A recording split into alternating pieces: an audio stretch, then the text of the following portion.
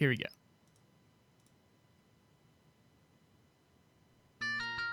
This episode of Lords of the Storm is brought to you by our sponsors over at Patreon, where you, yes you, can also support the show. Just head over to patreon.com/Lords of the Storm to become a patron today. Greetings, mortal.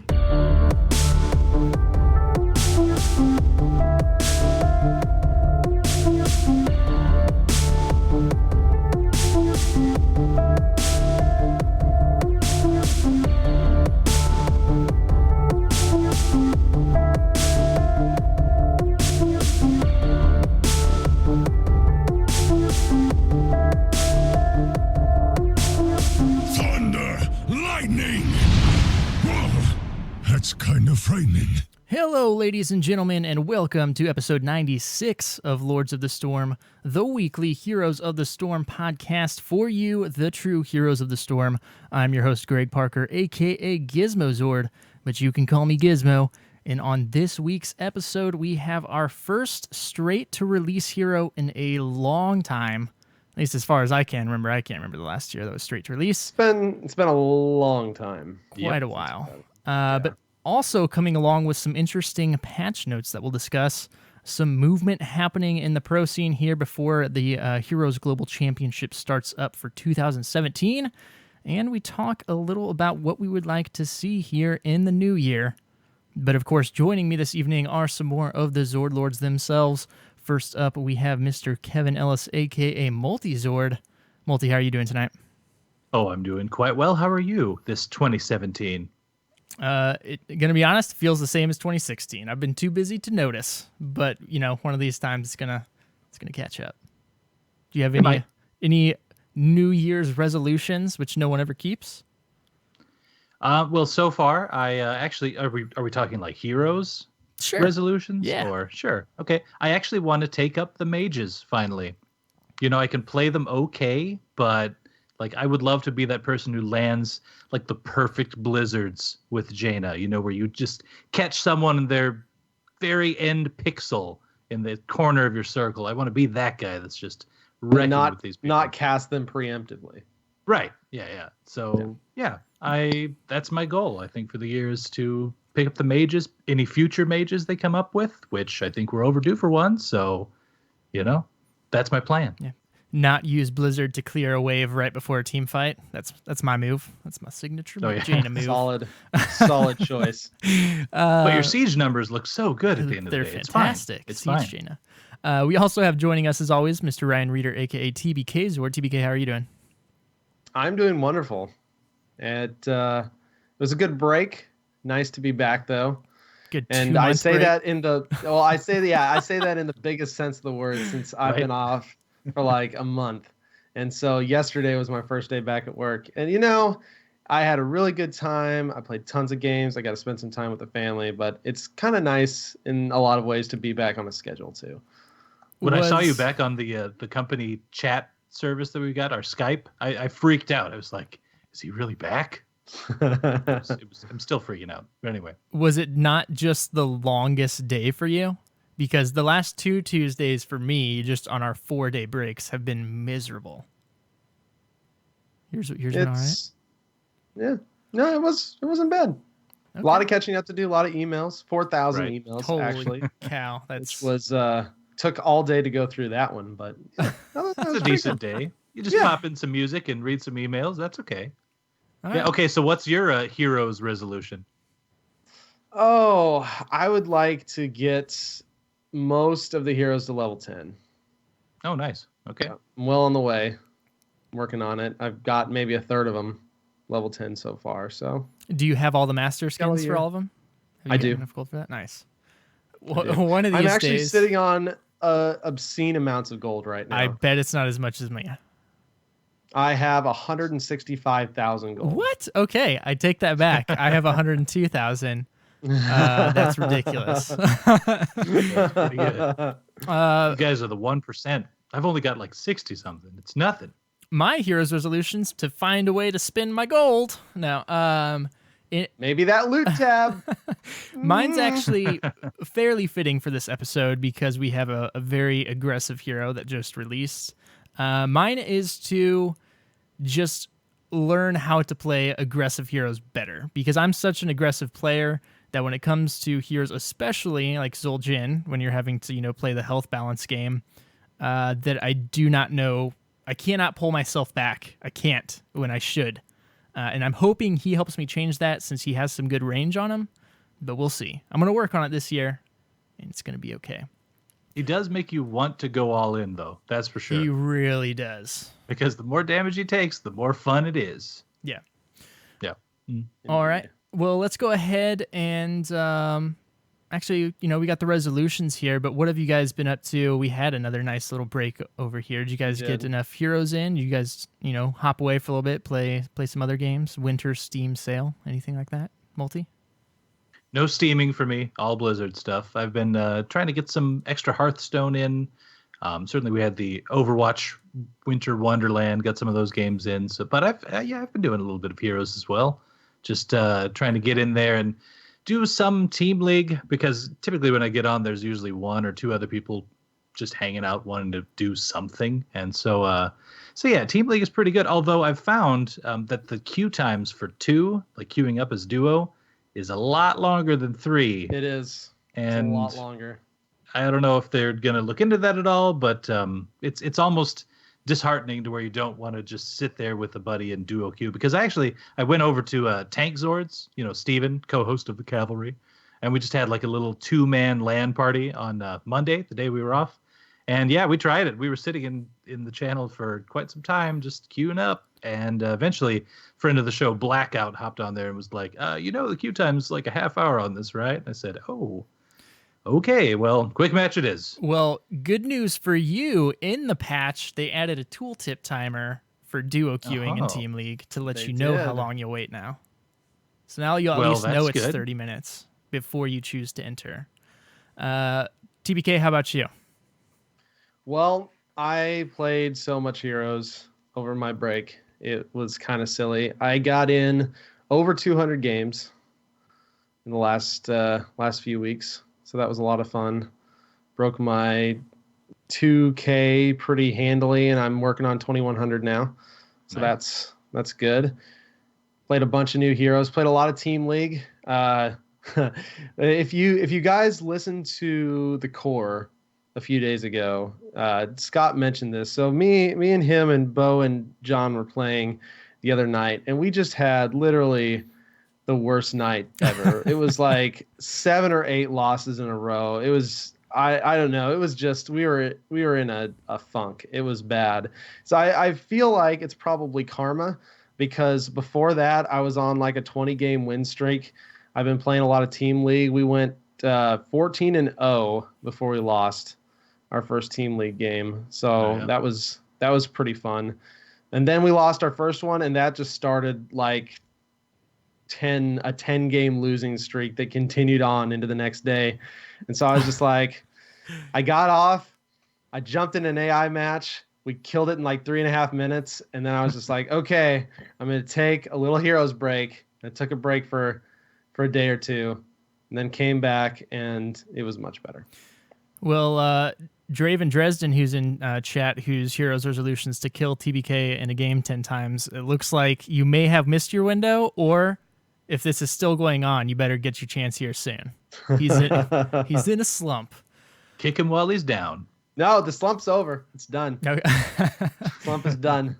2017 slump completely over. It's all going uphill the rest of the year. It's from all here on uphill, out. right? Perfect. Well, for myself here, I was continuing to play a lot of Ragnaros. Yes. I really do enjoy the versatility of his kits. That, especially in quick match, how, it's just, I don't go in saying, I'm going to play this build, which there are heroes that you do that, especially in quick match. It's all about seeing what comp I'm in to adjust from there. So it's been nice. Besides, just doing my Kerrigan combo build, except for the exception when we're on Infernal Shrines.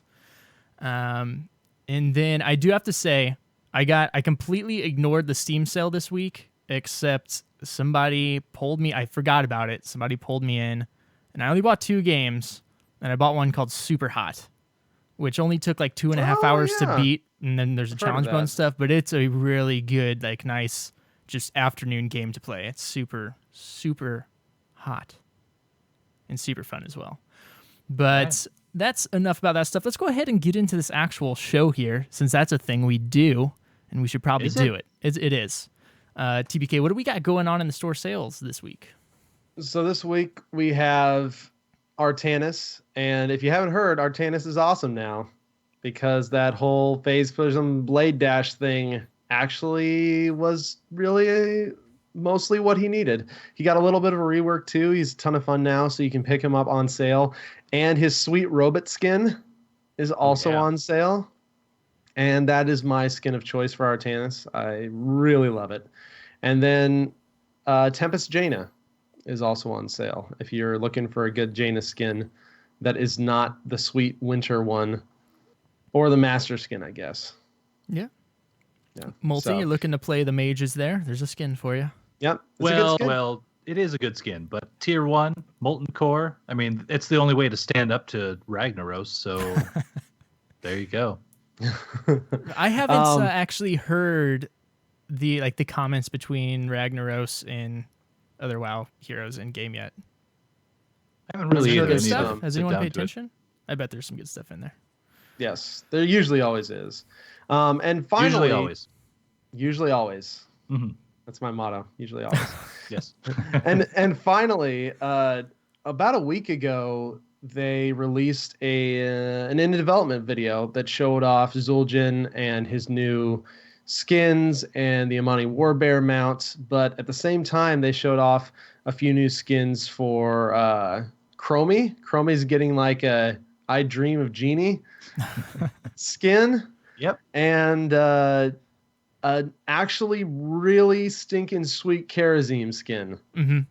It's Yeah. like it's all like Easterny themed, like Sands of Time, genie type stuff. So he's got like the turban, he's got like sweet scars all over the place, Mhm. and it just looks way cooler than any of his other skins. So I'm actually really excited for that one. I don't know. I still like the Dragon Ball Z skin. It's still pretty good. But in the Chromie Avatar, skin, dude.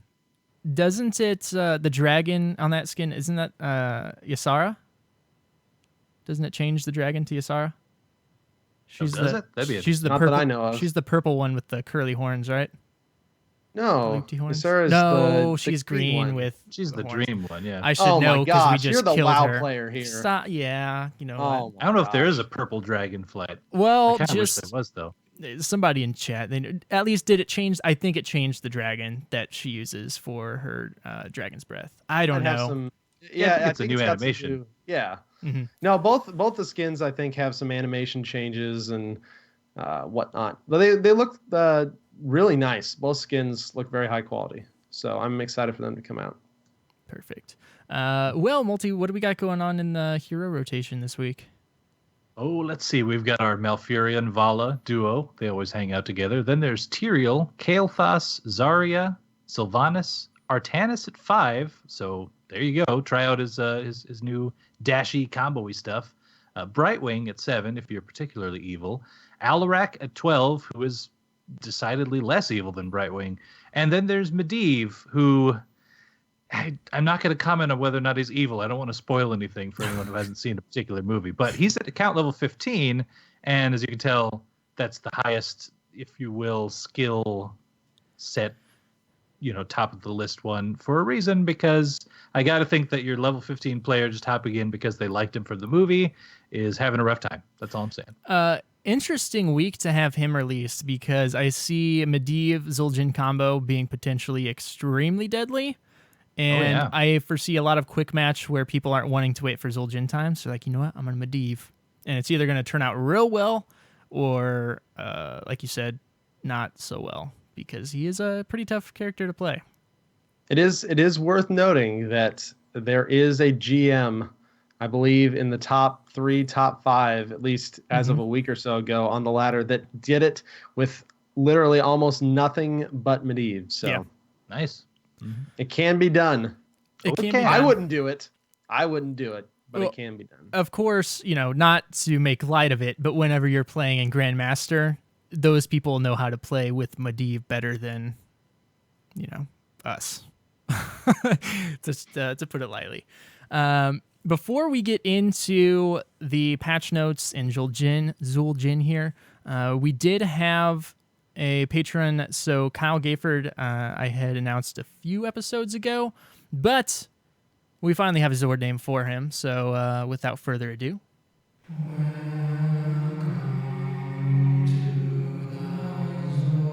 You have been deemed worthy of bearing the Zord title. Welcome to the Zord Lords. GG Zord. Welcome to the Zord Lords. Thank you so much for supporting the show. We really do appreciate it. If you guys would like to support the show, feel free to do so. Not required at all. But head over to patreon.com/Lords of the Storm, and we appreciate all you guys do for us. But without further ado, let's go ahead and hop in to the patch notes this week. So first off, Zul'jin early impressions. We don't really need to go over his abilities. We went over those in last episode whenever they did his announcement. But have you guys had time today to get into the game? And actually, before we get into Zul'jin impressions, there was some issues with the patch release here, and a lot of salt going on Twitter because of the delays. And I just want to get my 2 cents out here about this. There was a good reason. There is. One, this is a straight to release. Of course, there's probably some issues. 2, my take on it is, guys, these guys just got back from Christmas break. Right. Like I was talking about earlier, man, first day back to work is rough after a break. So, they're working hard to get this in for us. They wanted to surprise us with the straight to release. So I appreciate them for working hard, especially, this day and age. But what do you got on it, TPK? There was a bigger issue than that. So the reason the game went back down is because as people were logging in, their gold was doubling or tripling for absolutely no reason. Is that why you have 160,000? No, unfortunately, I missed it because I was at work. I honestly don't know if they rolled it back or if because I was reading it, just going through Twitter. Several people, I had like 7K, and then I logged in, I had like 18K, so I just bought Zul'jin. And so I don't know if they ended up like rolling that back or if it was just like, there's a freebie for you, but that's probably apparently tougher what to was roll happening. back. It's probably tougher to roll back if they've made a purchase. I've got to think. I don't really know the technical details of it, but to like reverse the purchase and take the gold back and all that, I don't know. That's got to be tough. Now the question is, was this intentional? Was Blizzard trolling us? Oh, the troll jokes. This first few people that got in. Oh yeah. This is the best pun week since Varian. There's been lots of troll puns. It's going to be a strong Not as one. good as Varian though. Man, that is it blows my mind how, I'm not a programmer or anything like that, how like a little change to a game can wreck something like completely unrelated and have those consequences. So pretty been there. It happens very often in programming. Well, now let's get into Zul'jin impressions. Now that he is in the game, the servers have been back up here. After work, I was only able to get in a game just because I had to prepare things for the live stream here since we took a week off. And I didn't have the wait times. I just took him into AI. So my impressions aren't going to be super strong on him because it's against AI. But as I kind of mentioned earlier, I am not the strongest at super aggressive heroes. Even Kerrigan, who's my strongest hero, a lot of time I do real stupid stuff that I shouldn't do, especially if I'm going the Q build with that extra range. So thankfully, most of the time I play the combo. But he is a blast. I think his kit just feels really nice. I don't know a ton about Zul'jin lore-wise besides the dungeons. I know a little bit. People were a little upset that he has his arm in his eye again. But you know what, guys? This is the Nexus. Anything can happen here. He has a sweet do. He has 2 axes. He regenerated. And he's ready to rock. Yeah. And he had some sweet music playing while he did it. He does. He's got the drum solo going while he regenerates. It's fantastic. I love that it's the shortened word to regenerating. Yeah. Like not, yeah. I noticed it too. That's well the done. style. Well played.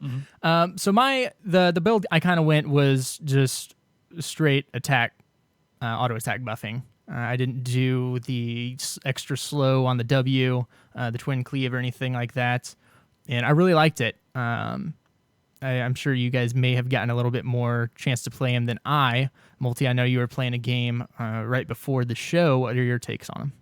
Yeah, I only got one in as well, but I did wait for the queue time, and it wasn't that bad. It was okay. I was able to get some stuff done in the meantime, and that was okay. But yeah, no, I really enjoy him quite a bit.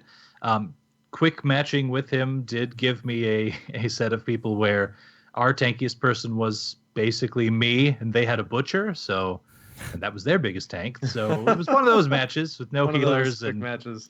And the funny thing was they had a Nova, and as Zul'jin, you kind of want to hang out maybe at half health or so, activate your Berserker, get down a little bit, and benefit from that attack speed. But not when there's a Nova hunting you all game. Especially when you're having to fill the tank role, hanging out at half health is not ideal at all. Exactly. So no, I did enjoy him quite a bit though. I took almost anything that I could toward auto attacks, and I went guillotine instead of Taz Dingo. I liked it enough. I definitely got a really sweet double kill where I landed on two people's heads.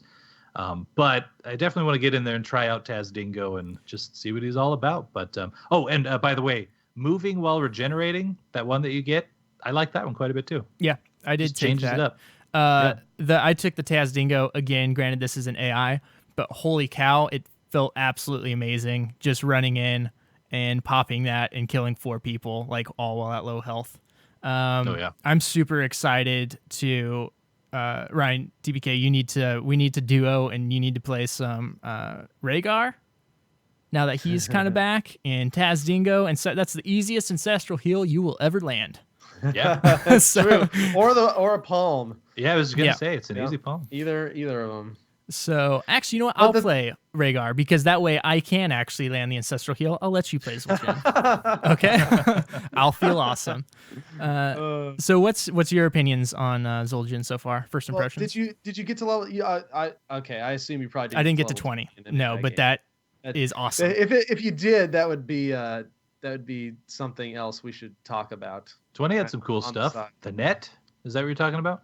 No, the Taz Dingo upgrade at level 20 is actually pretty sweet because when you take it, you will heal yourself after Taz Dingo ends for 50% of the damage you dealt.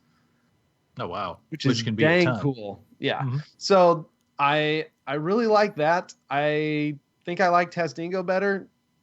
Guillotine's interesting. It's got a little bit of a delay before the cast, so that was kind of throwing me off a little bit. Granted, I only played a few games with him, so it's all about timing. Is the cast time like Ragnaros's Sulfuron Smash? It's not quite somewhat that long. Okay, but it's definitely not instant. It's not instantaneous. Right.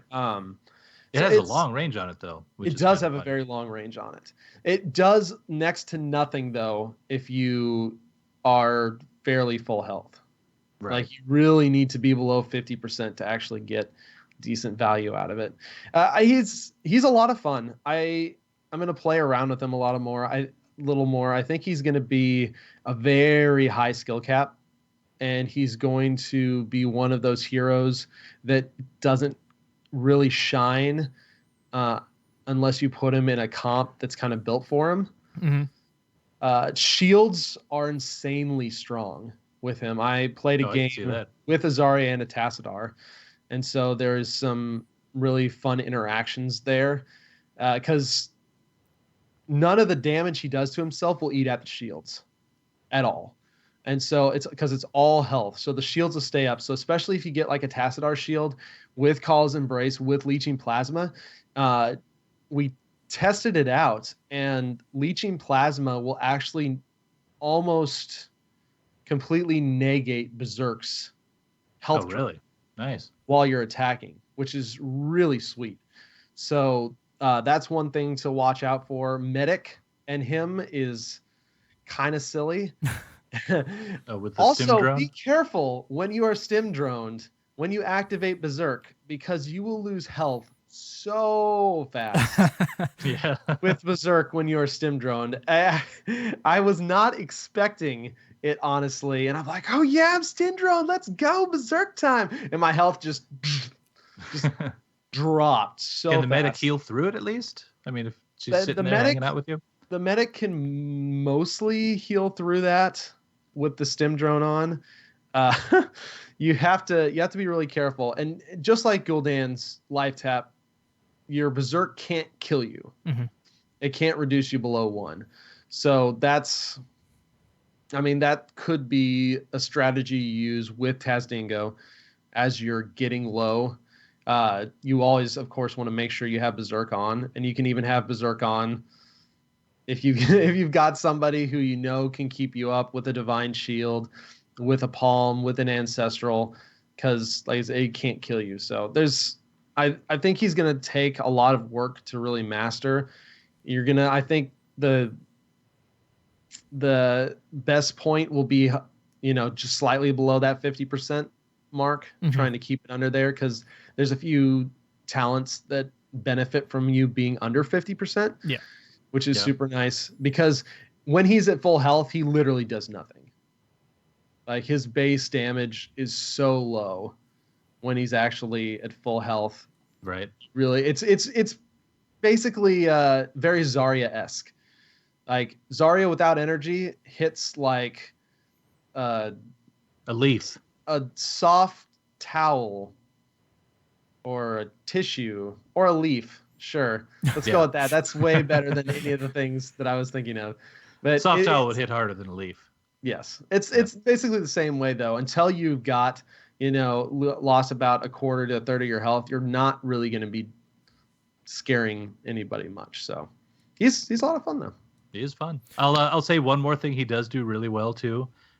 It's my game was a Haunted Mines, and we were down for most of the game, so I got to fight a lot of really high health, like 60, 70, 80 golems that were coming in, and he is great at clearing boss-like people like the golem, like the other bosses, because you just hang out, you stay behind your wall, play it safe, and you activate the Berserk, and as your health goes down, your attack speed goes up, and you just wreck those bosses. So yeah.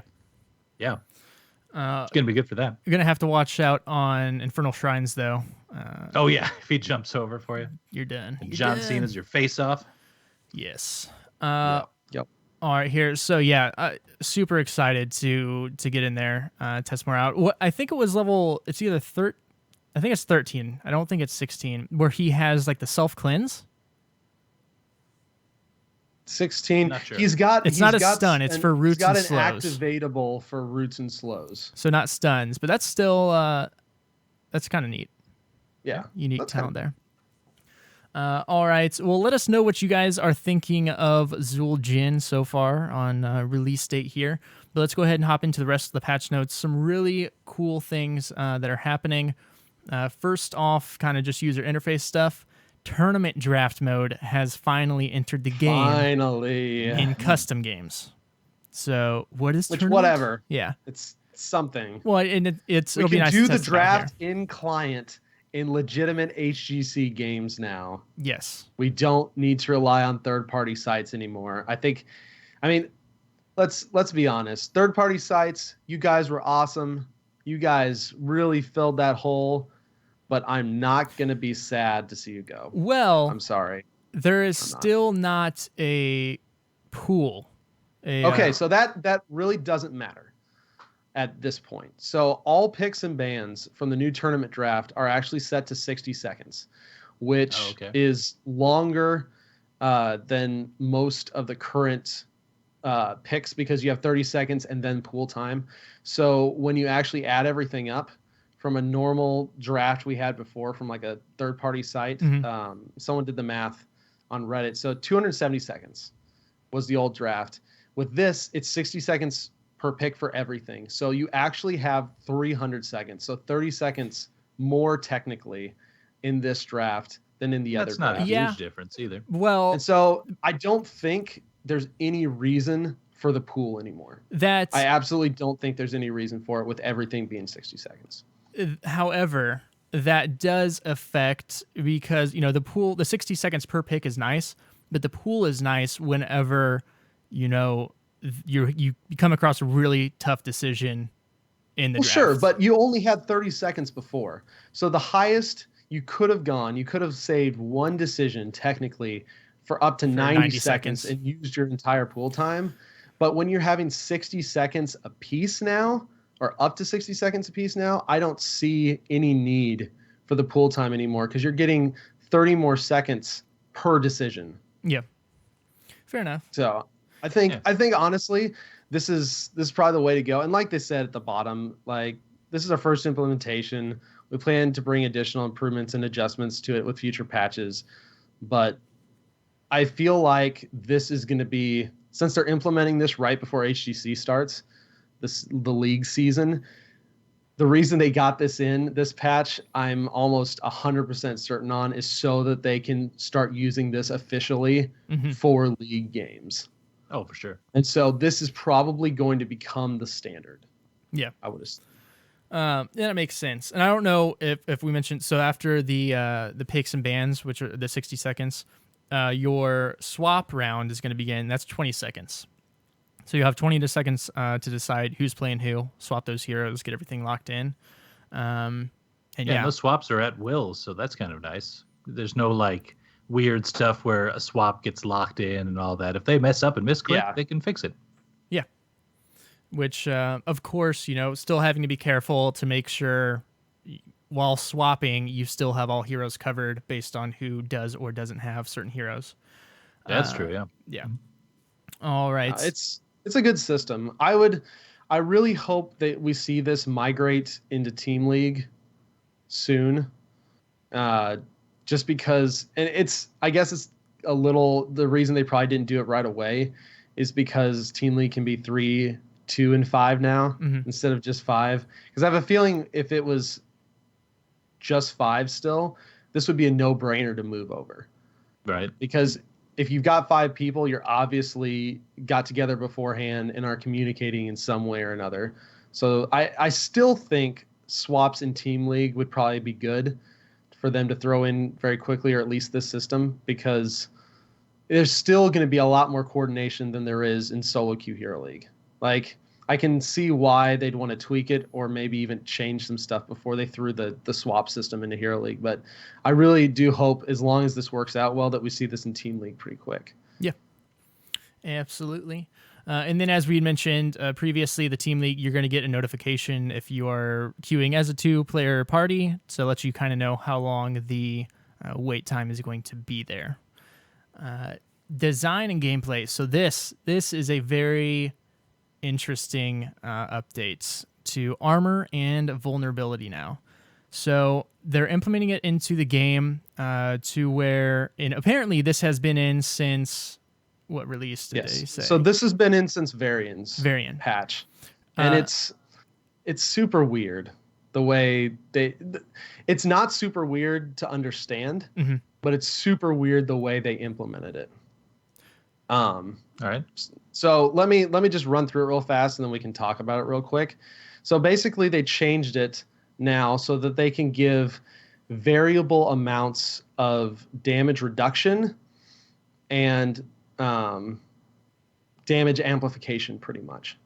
So right now, there's a cap of 75% damage reduction. You can get up to 75% damage reduction on a single character at one time. Or you can get up to 25% damage amplification done to you at one time. Before, it used to be there were only like in batches like 25%, or like Hardened Shield with 75% damage reduction, so that full damage reduction. So they've changed how damage reduction is calculated now. So say I have Hardened Shield on my character. I have 75% reduced damage reduction. If Sylvanas throws a Shadow Dagger on me that has Vulnerable, which is 25% damage, or is 25%, amplification on me. With the new system, that will actually drop me down to now 50% damage reduction because the Shadow Dagger vulnerability is canceling out 25% of my hardened shield. So does that make sense? Yeah. So that's how everything stacks. And so now you're starting to see within the game smaller and differing values. So like Dahaka's got a talent that makes enemies vulnerable, but it's not a 25% vulnerable. It's a 15% vulnerable. I still like it though. It's insane, and you should always take it. Yep. It's completely overpowered. It's super good. But they're starting to do stuff, and so now they've got this system, and they're calling it armor. And I assume they're calling it armor because of the whole fantasy lore type thing. And Greg listed out. So right now, as we go through the patch notes, there's 3 people that got some of this new armor baked into their kit. So Greymane got 10 armor while he's in Worgen form. And then Anubarak got 25 spell armor. And Arthas got 15 physical armor. So that's all that stuff is completely new.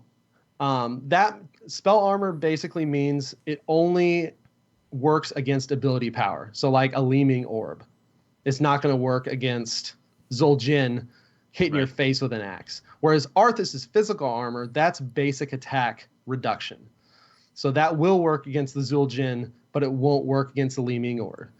Regular armor without physical or spell attached to it reduces both. So Greymane's Worgen form will reduce both Zul'jin's axe throw to your face and Leaming's orb.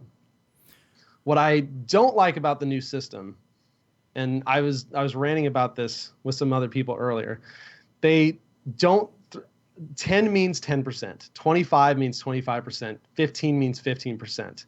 It's not conveyed like that in game whatsoever. Where you can actually see it. Yeah, all the tool chips were changed, and I just feel like if you just add a percent on, it would make things much clearer.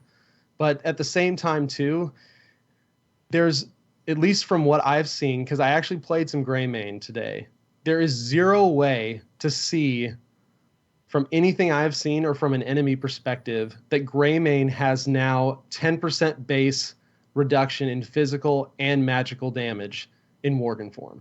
Yeah. Like there's zero way to see that on the UI for me or for the enemy. And I think that's a huge deal. Yeah, it is, especially because think about it, a large portion of this player base, the casual players, don't look at patch notes when they come out, so they're never going to know this exists.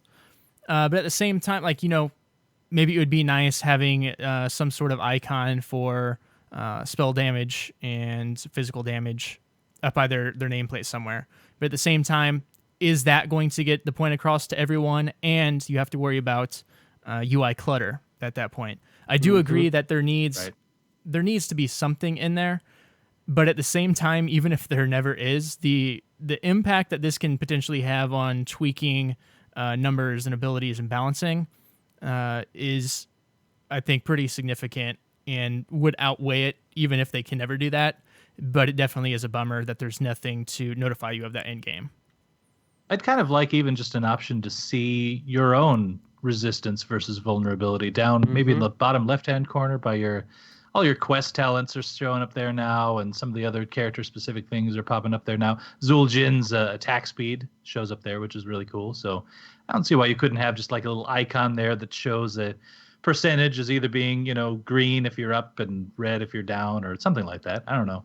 Yeah, at least it's for like tanks to keep track of where they're at and stuff, Because right now, if you look by your health bar icon, when a vulnerability is hit against you, or when you have some like damage reduction from, say, like Morales' Safeguard or something like that, you'll see a little shield icon or a little broken shield icon next to your name. So, but yeah, that's it. It doesn't say at a glance how much it is. It just says that person's debuffed or that person's buffed, which is good.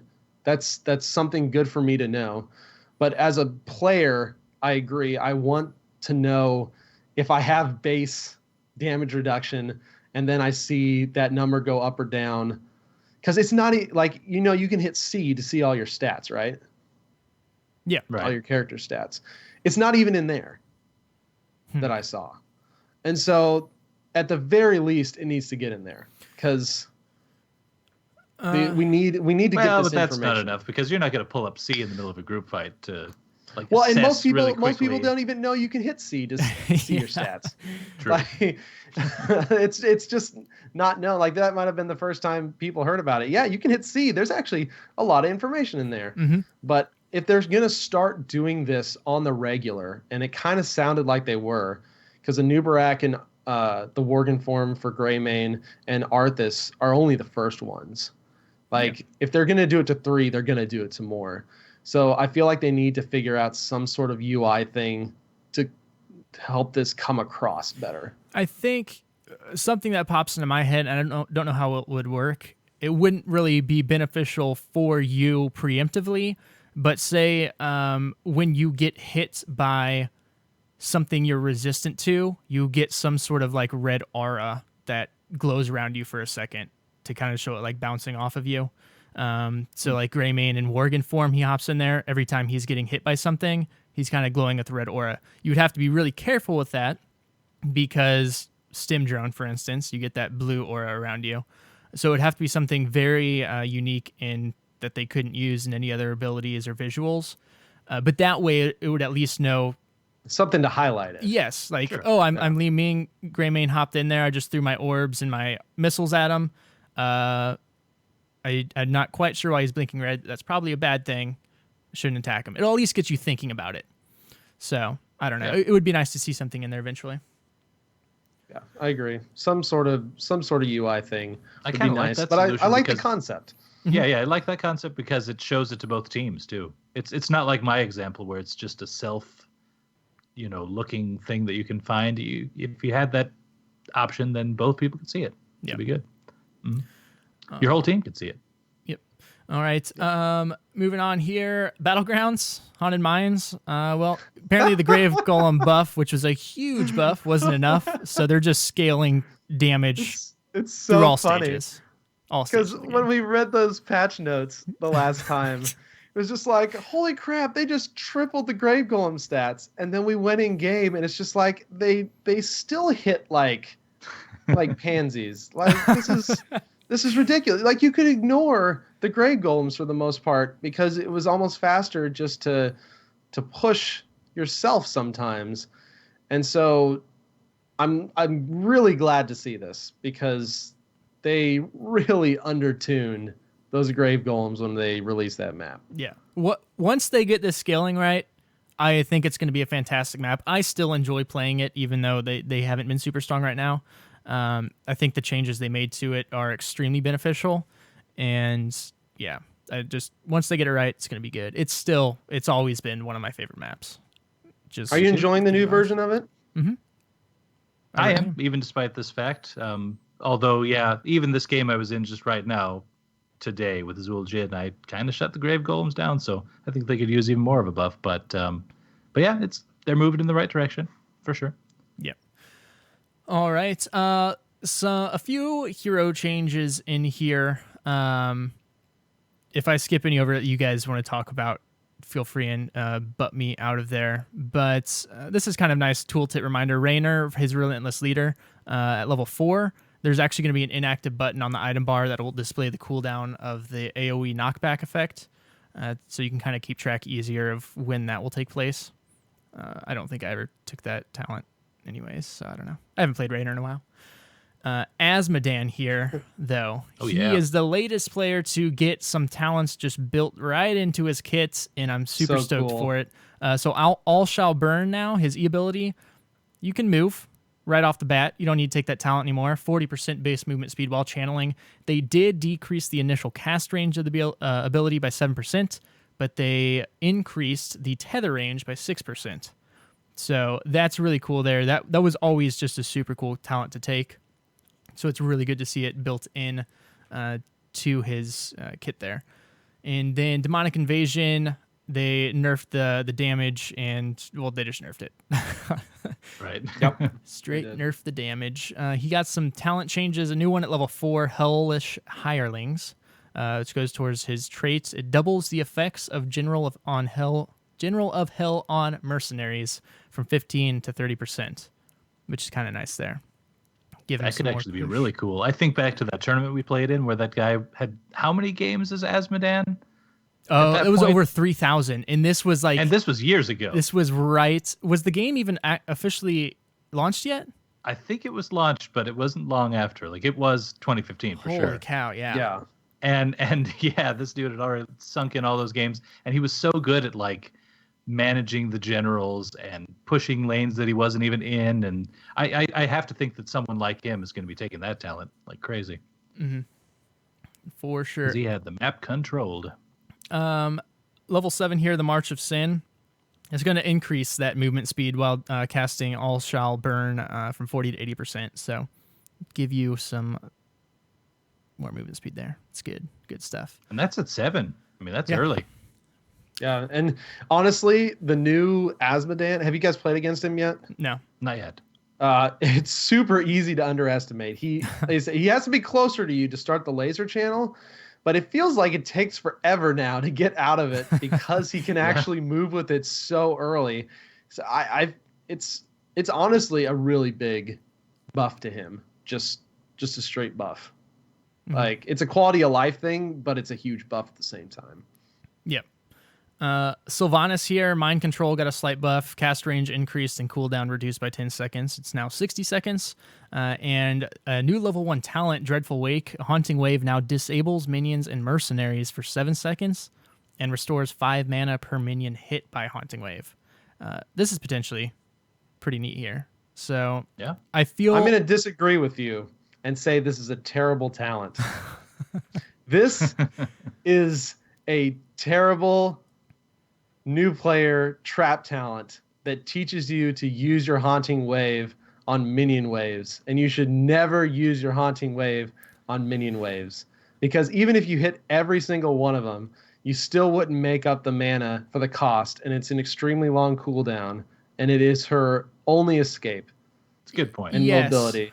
So For... I do not like this new talent at all because it teaches you to use your Haunting Wave in ways you should not be using your Haunting Wave. That's true, but there are situations to where if you are not a new player and not trapped into that the disabling minions in mercenaries, for the most part, is kind of neat. You just, new players, gotta watch out. It's perfect for AI games where you're already Yes. the best person to push I might waves, take it so- in an AI game. But I don't know, I would discourage anybody from taking that just in general. Like that I just feel like that promotes bad play with her. I'm is sorry, dangerous. Blizzard. I don't like it at all. It's fair enough. We need It's fair enough. something. We need something better to replace paralysis. Mhm. Like I know paralysis was good, and I'm sure a lot of people will be really sad to see that go because that was the most picked talent, and I can understand their reasoning because her being able to shut structures down is just so powerful. It's such a powerful thing, but I don't know. I feel like they could have come up with something a lot better than that. Yeah, for sure. I don't know. We'll see. Sylvanas is another one of those heroes that I've neglected for a while, just because I kind of switched roles, but I need to get back in on her because I love Sylvanas. She used to be your girl. She did. She Flat did. out. Then she became, war chief, and she's too cool for me. So, Anubarak and Arthas, along with their armor changes, kind of received some nerfs to go along with those. So Anubarak got an overall health decrease by pretty much about 200 health points. Yeah, poor Anubarak. They can't decide the hell. Continues the They roller coaster. Don't know what they want to do with Anubarak. It drives me crazy. This dude has had more health changes than some heroes have had changes in general. Mm-hmm. Yep, Like that's true. he's had the most health changes by far. And they're all small like this too. It just kills me that it's like every single patch is like we don't know what to do. Yeah. I understand what they're trying to do with him in some ways. They're trying to put him into a mage killer role. because you've got 25 spell armor now all the time. You can take Dampen Magic at level 1, which gives you even more insane spell resistance. But you're so freaking squishy right now. Like, the only time you'd probably take a Nubarak in any sort of legitimate comp is if the enemy took 2 mages and a Nubarak was like your secondary tank bruiser. Yeah. Because he's too squishy to be a main tank. And so I don't know. I feel like they're pigeonholing him too much. It's like, I want to use him more than double mage comps, which you'll almost never see right now, at least currently. Maybe the meta will shift and a Nubarak will be crazy and I'll be able to take back everything I said. But right now, I feel bad for the bug. well, I want to play him. Yeah, I do find it. I wonder how many actual, like, the number of patch notes that he has not had a health decrease. I wonder what that number would be. But I can actually understand it in this situation because, like you said, he's really only picked up in comps where there's at least 2 mages, and that's not, his health decrease is not a 25% nerf. So a bad thing to have happen would be this new 25 spell armor release coming out. He's going up against 2 mage comps preferably, but even not now, just that heavy ability comps, we'll say. It didn't have to be mages, but that just absolutely destroying, and now he has that health. So by nerfing his health a little bit, not quite 25%, so it's still technically a buff against the comps he fits into. We'll see. But my guess is next patch we're gonna see health changes. I know, that's what I was gonna say. We'll see. Who's bets on how much health he will have increased next patch? We should start keeping track of that. We really should. We really should. There's someone's going to go back and look at them all. There's a for site sure. now, and I don't remember the name of it off the top of my head, where you can go back and look at old heroes patch notes. I'm gonna find it, and I'm gonna community content shout it out next week. But Sounds good. I really want to go back and do a search for a Nubarak and see how many times his health changes are listed. Because I feel like that's required. And then Arthas as well, the same thing. Because his 15 physical armor health decrease from 2582 to 2404, and health regeneration decrease from 5.36 to 5.01. Mm-hmm.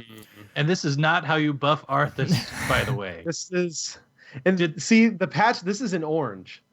So this wasn't on the initial patch notes. Like, this was added later. They led me to believe when these patch notes were released that Arthas had gotten a nice buff. Like, Tim, Heroes of Fitness, he was on here last episode. He was so excited because he's an Arthas dude. He was super pumped.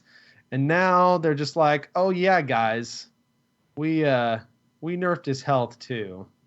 To offset it, yes. To offset this.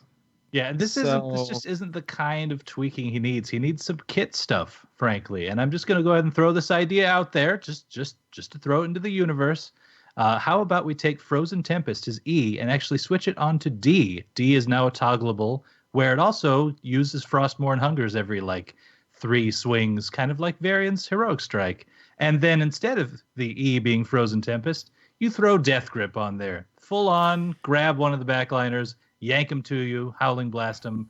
That's an Arthas I want to play right there. But that's Death Knight Arthas for sure. We're gonna have at some point an Unholy Death Knight. A legitimate Death Knight? That Yep. Yeah. I just said it. Take it easy. I just said it. Yeah. Fair enough. So that's the hero changes this week. A little bit less than our typical patches, but a lot of bug fixes. I think most notably here are the Raynor changes.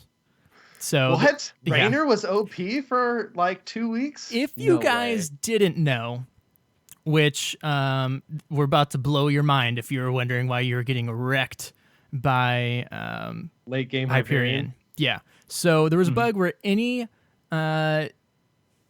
talents Raynor picked where it benefited his basic attacks was also benefiting Hyperion. And from what I hear, it was getting up to like in game Hyperion was hitting Oh, for it like was so 580 to nasty. like 600 Late per game, you hit. could wipe a team. Like Yeah. Hyperion could literally just wipe a team late game. It was Oh, yeah. it was so stupid.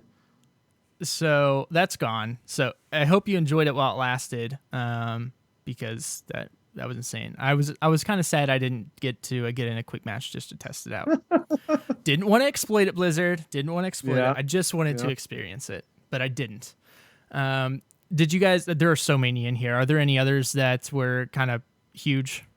The other really big one is the Alarak fix, where telekinesis actually Yes. will interrupt Mosh Pit now, because it was bugged for quite some time where it wouldn't. And everyone was just like, it's supposed to, right? It's supposed to. And yep, here's the fix. It's Would it do definitely anything to supposed him? Like, would it move Nope. the mosh pit's position? Just nothing? Okay.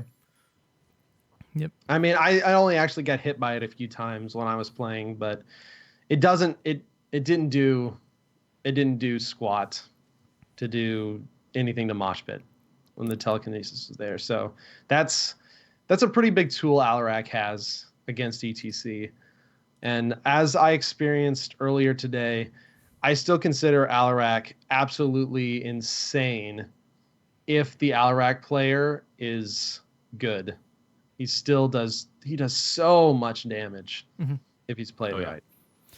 Yes, he does. Well, that's going to do it for the patch notes. And again, the Vol'jin release.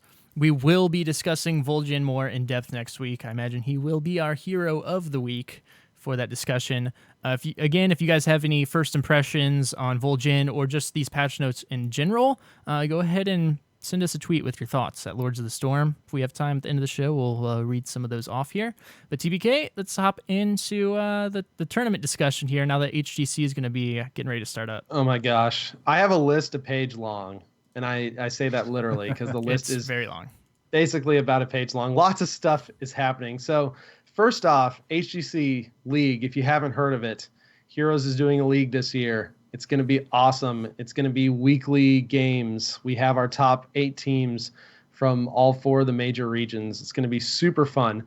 Milkfat, the head of Heroes Esports, actually jumped on Reddit to confirm that January 20th is going to be the start date for that. So just a few weeks. Yes. Yeah. Friday after next. Until we can be watching Heroes every weekend, and it's going to be amazing.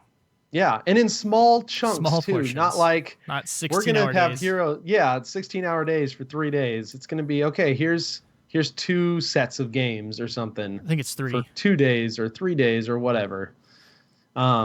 He also mentioned that they have tons of announcements around this heading our way in the next couple of weeks, aka I guess the next 2 weeks, since it's going to be starting here soon. So be sure to keep heads up for that. There's supposed to be a brand new site, because if you're like me and you went to try and check the official Heroes Esports site, it was not the best for being updated or having schedule information or much of anything, really. Yeah. As sad as I am to say. Even if you just they're wanted to working on find out an updated bracket, it was super hard unless you were watching a Yeah. stream. Yeah, But so they're supposed to be launching a completely brand new site that's going to have, they're going to launch the schedule, and they'll have the entire schedule for at least the entire first half of the season, which is awesome. So that's exactly what I want to see. Hopefully that site is super informative. I'm excited to see them launch that. Okay, so on our NA roster side, and this was kind of a shocker, honestly. So Astral Authority dropped their Heroes roster, former Murloc Genius roster. And apparently the split was amicable. yeah, Because Koth and Luck, one of the players, actually tweeted out after the official press release, big thanks to Astral, straight up honest org, provided everything we needed and never took advantage of the players' great experience. So I think the reasoning is mainly the BlizzCon performance was not up to snuff. The international performance afterwards in China was not up to snuff. And so they decided to drop them. They're not getting out of Heroes, at least as Good. far as they've said. They are just going. They're going to be picking up another team, and there are plenty of teams available to be picked up. So Yeah, it'll be interesting. it's really good to hear that this was, a friendly split, just because in esports so much. I mean, there have been issues between players and organizations, a few in Heroes, but like there's a huge mess going on in CS:GO right now between organizations and players. So it's good to hear of happy feelings, and hopefully that continues and trends here in the future. Yeah, I agree. And like the article said, they are looking to pick up a more winning team. So it'll be interesting to see. Not an NA team, unfortunately, at the moment. Wah, wah. It'll be interesting to see who they pick up. We'll probably get some announcements on that sometime in the next few weeks. I still don't see why you wouldn't stick with the team that qualified, though. It was a little bit strange. Yeah, it was a little bit strange because they're in HGC. They're in the top 8. And they've got the guaranteed money. Yeah. Like, I don't know. They may be holding off to see how, the first few weeks of the split go, see who's on top.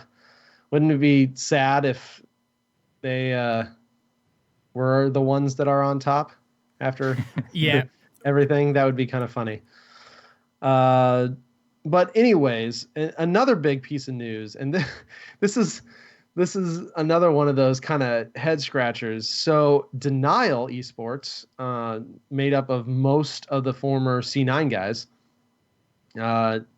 Zoya, you may have heard of him. He did a lot of Heroes casting for a while. He's starting to come back into the scene. He joined Denial as the team manager for several weeks, and then Denial released a press release just a few days ago that said they are going to be dropping the Heroes team. And they are not actually going to pick up another one, as far as we know. So that was a wonderful 4 months, Denial. Thanks for coming. So I assume the former Denial roster will be shopping around, of course. And remember that all the teams in the top 8 actually already have guaranteed salary. So they don't necessarily have to have an org to support them. But because of that, I think we'll start seeing other orgs being attracted in to pick up these teams, especially as the season gets rolling. Because we're going to talk about it here shortly, but there's a lot of money to be had in Heroes of the Storm. A lot more than you might think. Yeah. There really is. On a good note, the team formerly known as Grandmaster Jackets, one of the 8 to qualify into the league, was picked up by an org. Team Freedom picked them up, and this will be their first HOTS team, and they liked what they saw from the qualifiers from the Grandmaster Jackets. So, what a great team name. Can't beat Team Freedom. Yeah. Freedom. Yes. So that'll be good. Glad to see those guys get picked up. Zugrug, Insomnia, Collusion, Dansky, Nasmus, all really good guys. They performed really well in the qualifiers, so yeah, I'm excited to see them get picked up by an org. Moving over to the EU side, we did have a few announcements there as well. Dignitas re-signed their Heroes team. Not a super surprising thing. They are going to be dropping Aethero Angel, though, and picking up Zalia as their 5th this time around. So Aethero was kind of a jump in when they lost their 5th right after Gamescom, I believe, and right before BlizzCon. So he honestly did an awesome job jumping in there, short notice, playing as well as he could. But there's he got a lot of hate because, in all honesty, he was the weakest player on that team. in a lot of ways for good reason. He hadn't been playing with them Yeah. for the entire time, but they decided to go ahead and go with somebody else as they started the new season. So Athero is now free agent. So hopefully he will be able to get a team going and be a challenger for the mid-season knockout rounds. And finally, Damascus Boys, which is a fantastic name. Another one of the qualifying EU teams was picked up by Tricked Esports organization. And so they will be now under the Tricked Esports brand going into the first half of the league season. Mm-hmm. So good for them. Congrats for them. This is the Alex the Pro G team. Yep. And some of you guys may have heard of him. So really excited for them. And so lots of switches. We're done with the switches that I know of. Finally, there should be a lot more announcements as the league gets going. It'll be interesting to see who gets picked up and who will be left orgless, at least at the start. But let's talk about money, because that's a really big thing in esports. It is. It is. And so Multi found this article, and we were kind of talking a little offline about it. And so this article shows esports earnings from the top games of 2016. Dota 2, of course, unsurprisingly to most people, led the way, $36.5 million in prize pool over 2016. And a lot of this is due to their crowdfunding. Yeah. And such. Valve did not put up $36 million, but their crowdfunding tournament initiatives have been huge. And so that took the cake by far. Counter-Strike Global Offensive second with a little over $17 million. League of Legends, of course, the other big MOBA, $10 million. And then number 4, Heroes of the Storm, came in at number 4, top money to earn with $4.6 million. And the crazy thing about this is if you look at some of these numbers, like Counter-Strike Global Offensive, that money was between 4,348 players in 848 tournaments. That's a lot of tournaments. Dota 2 was between like 753 players over 116 tournaments. League of Legends was between almost 1,300 players at 120 tournaments. Heroes, like close to $4.6 million, was only 381 players over 57 tournaments. Yeah, and which that means that's ripe.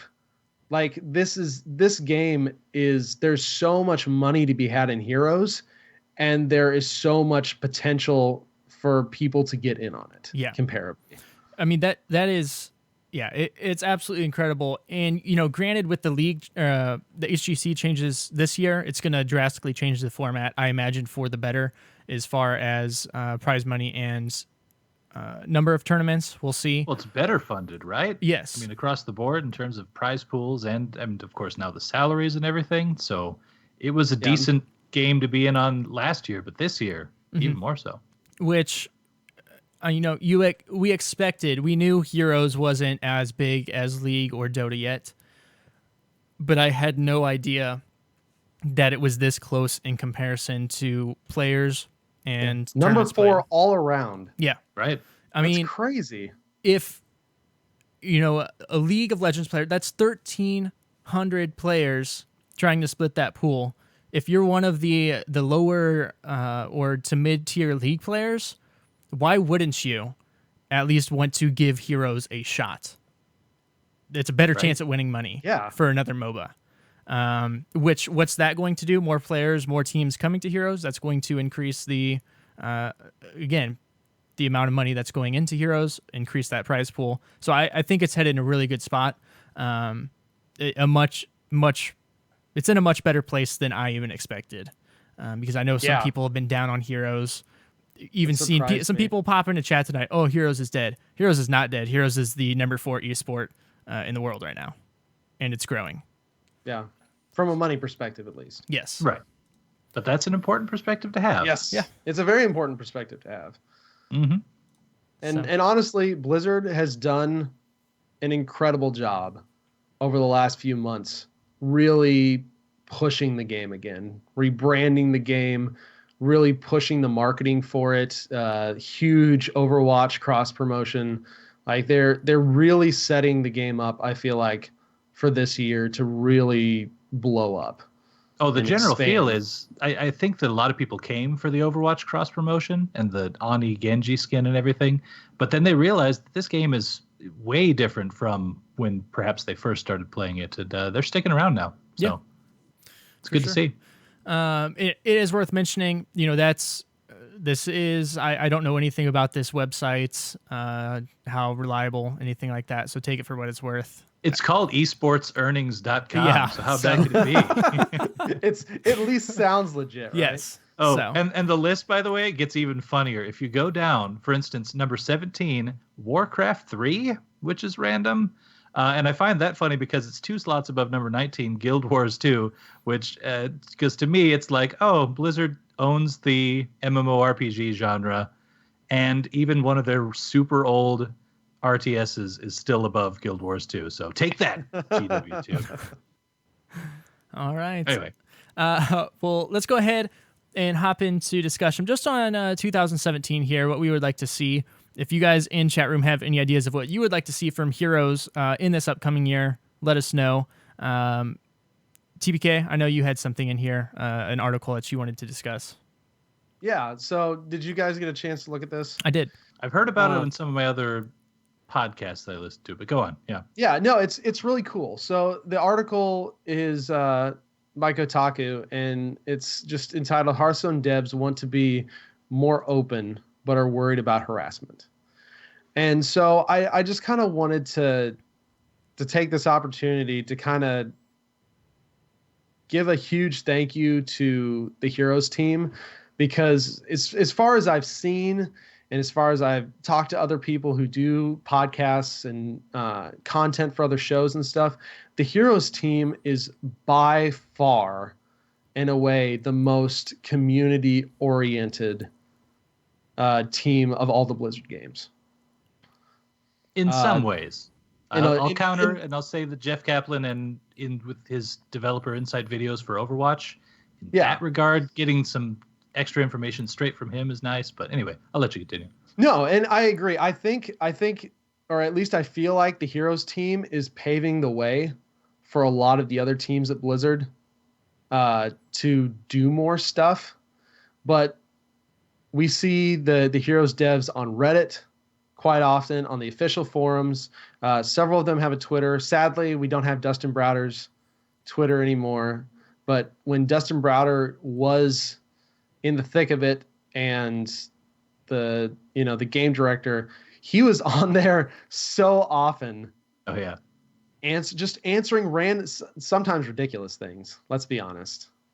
Sometimes it was just like, oh, Dustin, you didn't need to answer that, but that's still funny anyways. Have a like. But it's just one of those things. It was a very connected dev team, and it still seems like it's been a very connected dev team for the most part. And it's really, in some ways, scary as a dev team to throw yourself out there like that and open yourself up to mass criticism, because, like the article is talking about, that's what the Hearthstone devs are worried about, because they come out with something and then everyone's just like, oh my gosh, sky falling, you're terrible, you suck at life type things. And I gotta imagine, you say let it roll off your back. You gotta imagine that's kind of gotta be hard. It's gotta be tough. Listen to. It does have to be tough, but at the same time, like, the trolls are gonna troll anyway, no matter what you do. I mean, that's why the queue time is so long for Zul Jin right now. But that's beside the point. And so, but for us in the community that really pay attention and really enjoy the game and just want to help it improve, I think putting yourself out there is a great thing. As an Overwatch fan, we feel just connected to Jeff Kaplan. We feel like we have something to do with the process, like we have a little hand in it. They're very experimental over there. I mean, I know it's a new game and everything, but Heroes is relatively new as well. And I don't know, I feel like I would really enjoy just getting to know Alan Dabiri, the new game director, just kind of his style, the approach he's going, where he's thinking about heading within the year, just the general direction of the game. And I don't know. I think that if we were brought into that conversation, it would be great. Now, one thing that Heroes does do very well is the developer comments in the patch notes. That's a good place where we can, whether or not you agree with the changes, you can at least see where they were coming from, and just opens up the discussion a little bit more. But to get us like in on the ground level of that discussion, even ahead of time, thinking ahead for the future, I think could be really cool. Yeah, and I think they can do it. Completely agree. And I agree with you guys on this point. Just the fact of where the internet's at today and the amount of trolling here. I mean, we are speaking to you all on a much smaller scale, and we get trolls all the time. And so I can't even imagine. And if you follow them on Twitter, today, for instance, again, with the issues they were having with servers being delayed, there's some pretty brutal and unnecessary things tweeted at them. And while, it's easy to ignore it, it should be easy to ignore it. Sometimes it's not, when you're putting your heart and soul into a game just to have people like there will be people that will never be happy with anything you do, and that's bottom line. But the fact that they continue to be as public as they are, because they do not have to do that at all. That is true. So it's a very good point. Yeah, good for them. It's great community involvement. But I digress. That was just kind of an aside thing that I felt needed to be talked about, because you gotta think of it from both sides. Perspective. It's a lot. It's actually really funny because when we just talked about a couple of days ago, just having a segment about what we want in 2017, I was going to say even more transparency and all of this. Like I was going to open up this discussion, but you took it away. So great minds think alike. Suck it. I mean, what? Yay. A couple. We were collaborating here. A couple of my things. We're trying to build the community, TBK. I'm trolling you. Yeah. A couple of my things, one of the big things I would like to see in 2017 here is the crowdfunding, like we just mentioned that Dota has. I think we're in a place that'd be huge where I think a large part of the community that follows the competitive scene would be willing to buy more skins and mounts if that went directly into the prize pool to help Heroes grow.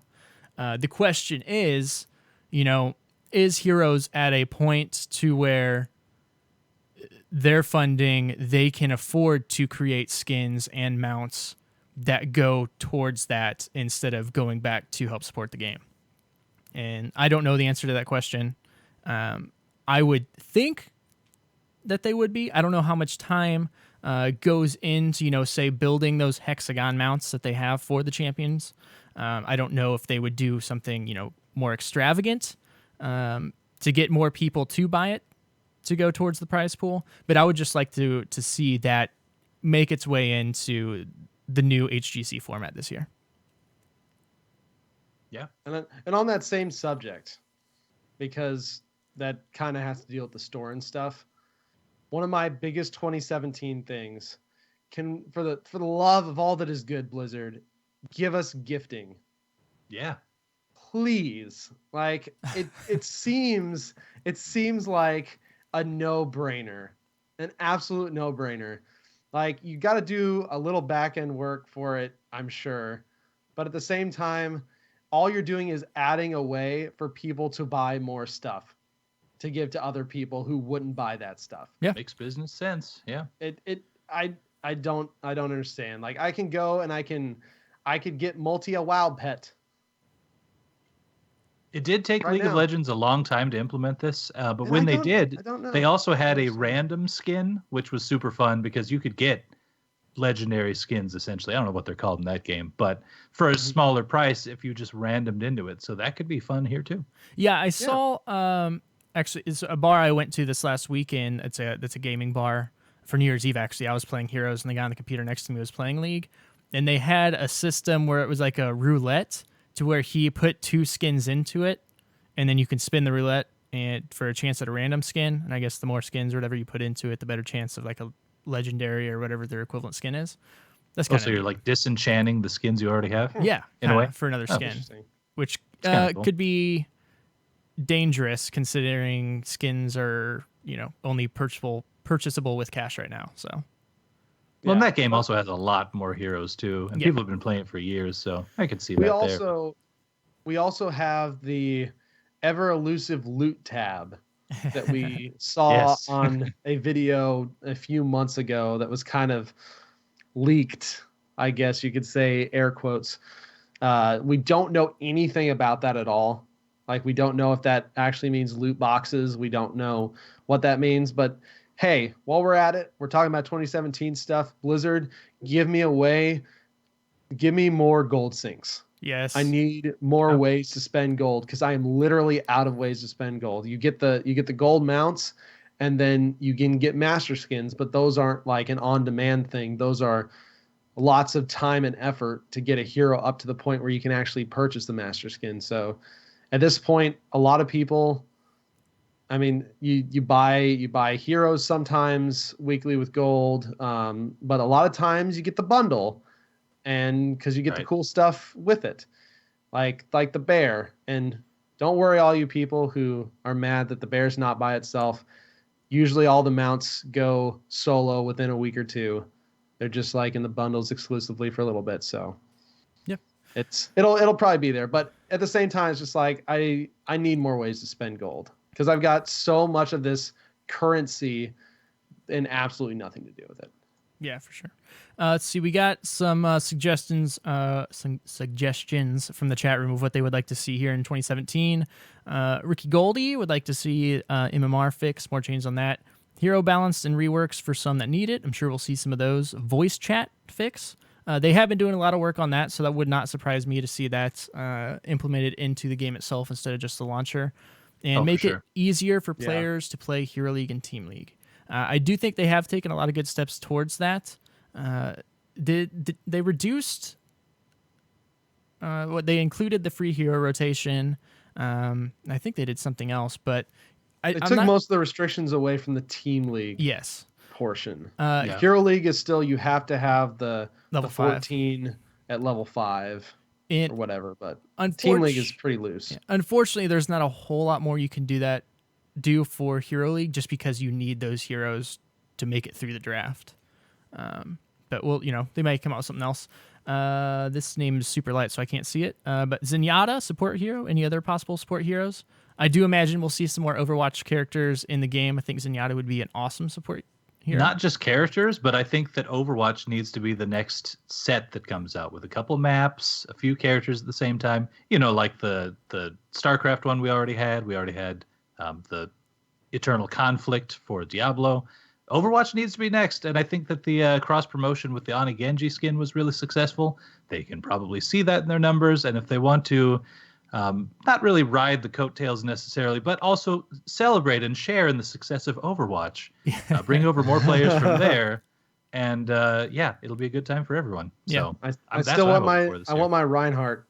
Dang it. Yes. Yeah. He's probably my number one Overwatch hero I want right now. Yeah. Because the world could always use more tanks. So question. That's very true. Now that we've had Ragnaros, which I know was number one for you and I first, TBK, what's your number one hero you want now? Oh, okay. So I'm definitely on the MF Pallytime bandwagon in a lot of ways for the whole, choo-choo, let's get some Deathwing in here. Oh, okay. That'd be fun. And I know that one of the guys who's listening was talking about what we think of Deathwing as a hero. I think personally, though, I really want to see Malthael. Yeah. I think he's my number one right now because he's just such a cool character. And I don't think he's going to happen for a while because he's probably going to be a melee assassin. And we've literally had 5,000 melee assassins in the last few months. Like, 8 or 6 or 7 or 8 of the last 10 releases or whatever were melee assassins, or at least a part melee assassin. So right. Yeah. I don't think we'll see him for a bit, but he's just such a cool character in Diablo 3. I really want to see him. It's just such a scary, fun guy. He's such a fun guy. He's just a great guy. He's just so cool. Such a great guy. I'd love to hang out with him. Runs around killing entire towns. Yeah, he's nice sucking guy. your soul out. Whatever. Yeah, right. No, I think he would be an awesome addition, though. Yeah. Just a few more suggestions from chat here. Sure. We got someone saying Hager. Vitra wants Hager, and I agree with that. We can always use some Hager. That could happen. Quailinger or Kulinger says, "Come on, guys, we need Deckard Cain as a new hero. Stay a while and Deckard listen." Cain. Somebody mentioned, I lost it because I didn't paste it here. I think it was Vetra as well. And being able to scroll up and down during in-game chat. That's not something I've thought about, but that would be nice. That'd be handy. Because Yeah, I don't know could be. how many times I've gotten a whisper to where like I saw it, but I couldn't respond. I was in a fight or something, and then it's gone. And there's no getting back to it until after you get out of the game. Then you feel like a jerk because you never responded. Right. So, Oh, I like this one. Feral Druid. Make it happen, Blizzard. Just some kind of feral druid. There's your next multi-class right there. yeah, Give me would be Kitty. cool. a Give tank me or Kitty. assassin Give me Bear. Give me seal Moonkin. with the seal. All three. So it's a caster No, and a tank and a. Yeah. Why I mean, not? Why not? Yeah, sure. Why not? That's what druids do. And he can be a healer too. He's everything. Yeah. I 4-class did- multi-class. Yeah, I do it in WoW. Why not? Bring it into Heroes. Oh, He's level 1. Stupid broken probably, but whatever. Level I love 1, you pick your entire spec, and it's an entirely different character. Oh from my there. gosh. It's like let's Uh. make a 4-character in one budget. Why not? They got to start now. They have until BlizzCon. Just start Oh my now. gosh. All right, and then we got Nug with Millhouse Mana Storm, and somebody mentioning the Lady Diablo skin. They did mention that, so that'd be cool. Yep, that is coming. So That is interesting one. confirmed. We'll get that. coming. Let's go ahead. Rogue? Yeah, Rogue. We do need Rogue a would rogue. be Like kinda Van fun. Cleef, Either Valyra, Sanguinar. who's Yeah. the undead? There's options. Who's the undead? I don't know. I should know. gosh, this. Didn't we talk We about did, this and we couldn't shows think of the ago? name. Oh None my of us looked gosh. it up. Oh goodness.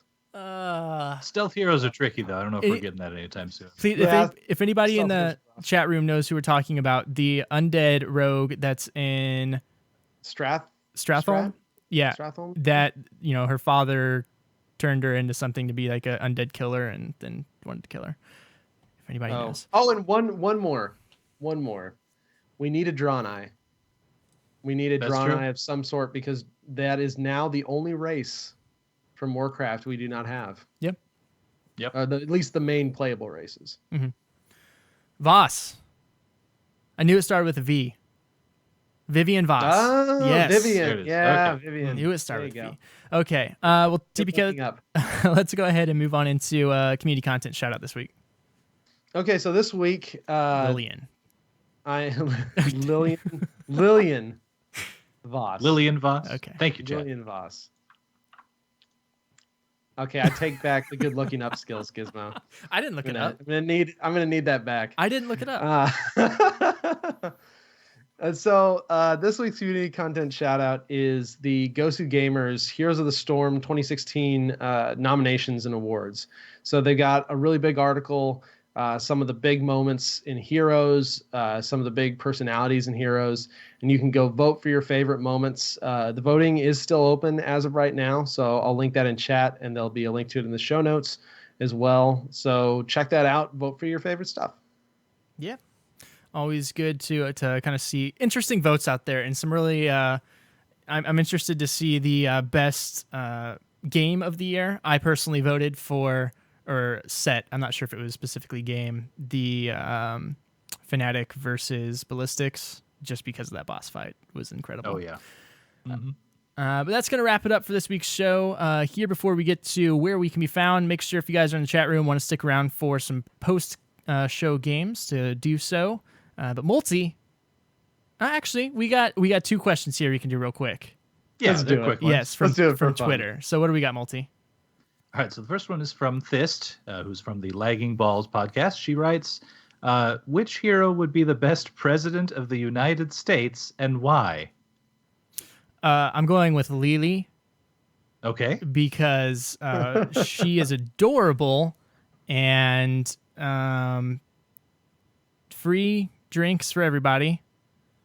And just who could be mad or want to be aggressive towards Lily? All right. I can go with that. TBK? I'm going to go with Arthas.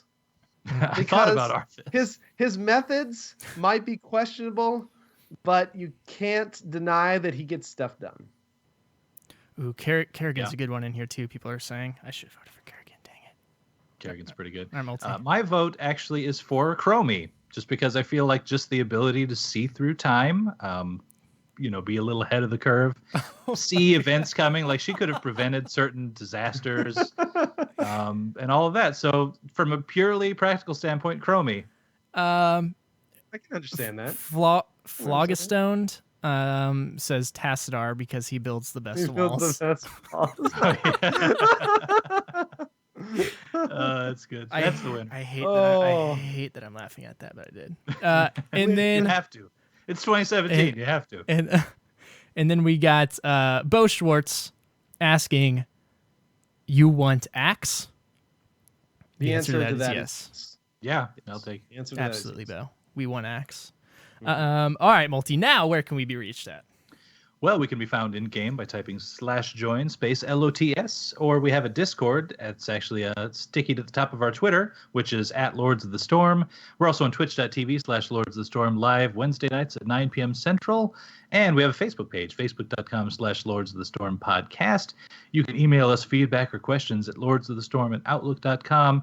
And if you really like us, you could leave us a positive review out there. 5-star iTunes, positive Stitcher, Google Play, whatever. We appreciate that for sure. And we, even more so perhaps, appreciate our patrons at patreon.com/Lords of the Storm, where if you can give any amount at all to support what we do, again, we love you guys. And thank you very much. We do. You can also find us individually. You can find me on Twitter at Gizmozord, as well as Twitch at Gizmozord, and also Convert to Raid, the World of Warcraft podcast, also now talking about all things Blizzard. We are starting that back up, next Tuesday at 9 p.m. Central to get things rolling for the new year. So check that out for sure. Multi, where can you be reached? I'm on Twitter at Multizord, and also I'm on another podcast called The Cavalry, which is about Overwatch, and that's on Twitter at The Cavalry Show. And we just this week had Patrick Beja, one of the co-hosts of Overwatchers, Instance, Pixels, that sort of thing. Oh yeah, super jealous that you got to have him on. He's one of my favorite podcasters. Super nice guy. Mm-hmm. Oh yeah. Yeah. No, and he's been doing this for quite some time, so he's he knows his stuff. So yeah, check that out for sure. That's on the feed now. Yeah. Yeah. And TBK? You can find me on Twitter at TBKZord, where I will pretty much tweet nothing but Heroes things. It's just what I do. Or on twitch.tv/TBKZord, where I stream and cast Chair League, which the next season of Chair League is actually starting up here really soon. So if you don't know what Chair League is, it's awesome. Go to chairleague.com, get yourself a team, and play in the recreational league that is Chair League. It's a lot of fun. Or cast, if you're looking to cast. Yep. They've got a lot of casting spots open. It's a great place to learn. If only I had more time, I would love to do so. But again, that's going to wrap it up this week, guys. We want to give a special thanks to our patron producer, Ouroboros Zord, for helping support the show. That name still doesn't get easier to say, but I appreciate you so much. We'll see you guys next week. Remember, for this week, it's okay to be a troll in the Nexus. See you guys. Bye.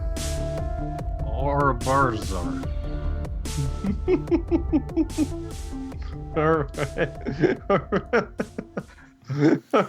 guys have to wait for the music to end. Gosh. No, it's better. You guys are getting worse every week. You can fade out the laughter. No, if you need to. Ouroboros. All right, guys.